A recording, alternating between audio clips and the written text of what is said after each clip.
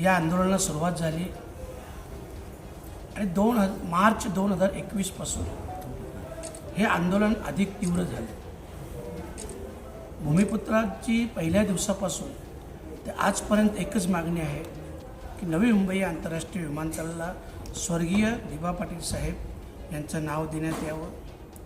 कारण त्यांचं या 5 जिल्ह्यांच्या नव्हे तर राज्याच्या आणि देशाच्या शेतकऱ्यांसाठी असेल किंवा आमच्या माता भगिनींसाठी असेल खूप मोठं मोलाचं योगदान आहे। त्यांनी बनवलेले कायदे देखील आपण पाहिले असत।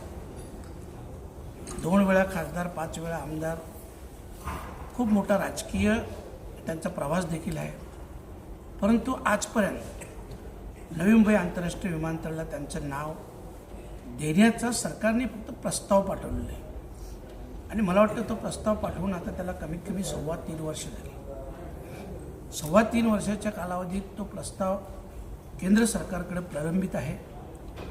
मागे जेव्हा आम्ही आंदोलनाचा पवित्रा घेतला त्यावेळेस मुख्यमंत्री देवेंद्रजी फडणवीस साहेब यांनी एक मीटिंग बोलावली आणि त्या मीटिंगमध्ये येणाऱ्या 2 ते 2.5 महिन्यात म्हणजे विमानांचं टेक ऑफ लँडिंग व्हायच्या अगोदर या विमानतळाला नाव देण्यात येईल अशा प्रकारचं आम्हाला सगळ्यांना आश्वासन दिलं।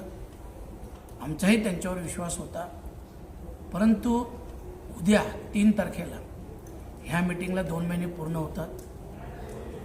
2.5 महिन्याचा कालावधी पकडला तरी 15 दिवस बाकी असले तरीसुद्धा जास्तीत जास्त 18 डिसेंबरला तीही वेळ पूर्ण होतो आणि सरकारने येत्या 25 डिसेंबरपासून एअरपोर्टचं टेक ऑफ आणि लँडिंग चालू करण्याचं अनाऊन्स केलेलं आहे। मला वाटतं तिकीट बुकिंग देखील झालेलं आहे। परंतु अजून हा नाव देण्याचं कुठलाही ठराव जो केंद्र सरकारकडे गेलेला आहे म्हणजे कालच्या सोमवारची माहिती सांगतो, केंद्र सरकारकडे गेलेला प्रस्ताव अजूनही तसाच आहे। अजूनही तो प्रस्ताव कॅबिनेटमध्ये आलेला नाही। तर त्याच्यामुळं या सगळ्या गोष्टींचा विचार केला असता आणि बऱ्याच दिवसापासून सगळ्याच भूमिपुत्रांच्या मनात एक रोष आहे, एक खतखत आहे आणि त्यांचा रोष खतखत ही आम्ही आमच्या आजच्या, कारण आज साधारणतः 30 ते 35 संघटना स्थानिक भूमिपुत्रांच्या ज्या काम करतात त्यांचे प्रतिनिधी आज इथे उपस्थित होते। कारण आम्ही प्रत्येक संघटनेचा एक पदाधिकारी बोललो होता, 1 ते 2 आणि म्हणून आज एवढ्या संघटनांचे पदाधिकारी आले, मीटिंग झाली आणि त्याच्यात आमचा ठराव झाला की आजच्या प्रेस कॉन्फरन्समध्ये आंदोलनाविषयी पूर्ण आंदोलन कसं असेल हे जाहीर करावं आणि त्या संदर्भातली ही मीटिंग आमच्याच झालेली आहे। आता संजय भोईरचं बोला।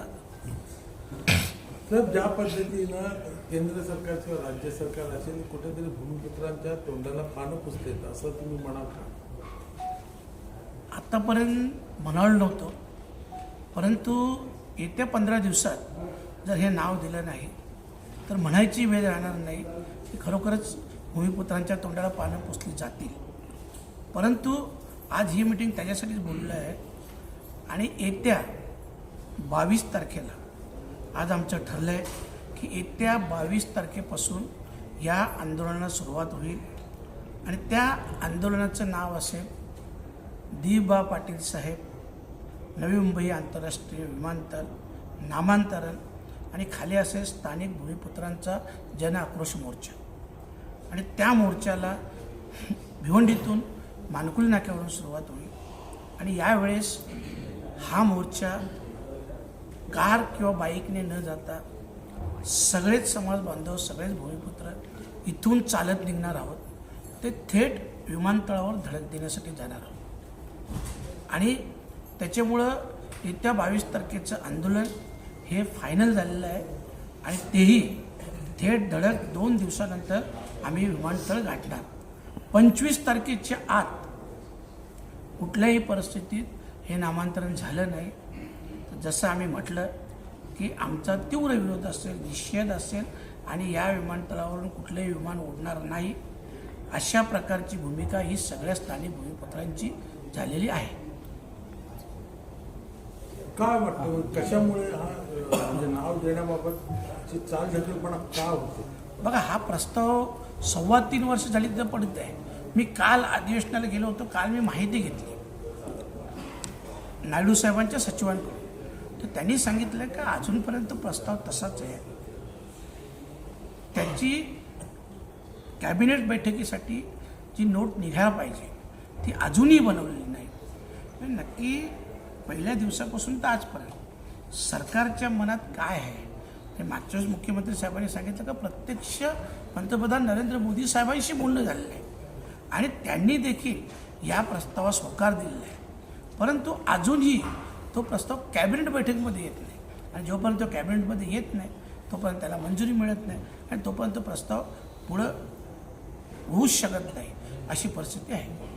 ज्या पद्धतीने सुरुवातीला सांगितलं जात होतं की विमानतळ लोकार्पण झाल्यानंतर ती प्रक्रिया सुरू होते आणि त्यानंतर ते नाव दिलं जातं, असंच सगळे लोकप्रतिनिधी आणि काही राजकारणी सुद्धा सांगत होते. मग असं असताना आता कुठल्या निवडणुकीची वाट बघून त्याची घोषणा होणार का किंवा कसं वाटतं? हे आता 2-3 दिवसात समजेल. आज तर आम्ही आंदोलनाचं सगळं अनाऊन्स करतोय, पण सरकारच्या मनात काय आहे बघूया. येत्या 2-3 दिवसात दखल घेतली तर ठीक आहे, नाहीतर जे आंदोलन असेल ते आंदोलन आम्ही करणारच आहोत. परंतु मला वाटतं की ह्या आंदोलनाची वाट बघण्यापेक्षा शासनाने त्याबाबतचं दिलेला शब्द पाळावा, निर्णय घ्यावा, अन्यथा आंदोलन हे अटल आहे. बाळा आपल्याला त्यांनी टाईम घेतलेला होता. आपण 40 दिवसाचा आपण थांबलो होतो. त्याच्यानंतर आपण आता हा पवित्रा घेतलेला आहे. हो हो, 2 ते 2.5 महिन्याची वेळ सांगितली होती आणि उद्या 3 तारखेला 2 महिने पूर्ण होतात. कारण 3 ऑक्टोबरला आमची मिटिंग होती माननीय मुख्यमंत्री महोदयांसोबत. आता 3 डिसेंबरला 2 महिने होतात आणि म्हणून आम्ही आणखी एक 20 दिवसाचं सरकारला अल्टिमेटम देतो की 20 दिवस आणखी आम्ही थांबतो. तुम्ही 20 दिवसात करा, अन्यथा 22 तारखेपासून हे आंदोलन पुकारलं जाईल. आंदोलनाला साधारण किती लोक असतात? आंदोलनाला आता ते सांगू शकत नाही, परंतु इथून आंदोलन जेव्हा सुरुवात होईल तेव्हा 20 ते 25 हजार लोक ही भिवंडी तालुक्यातील या आंदोलनात सहभागी असतील.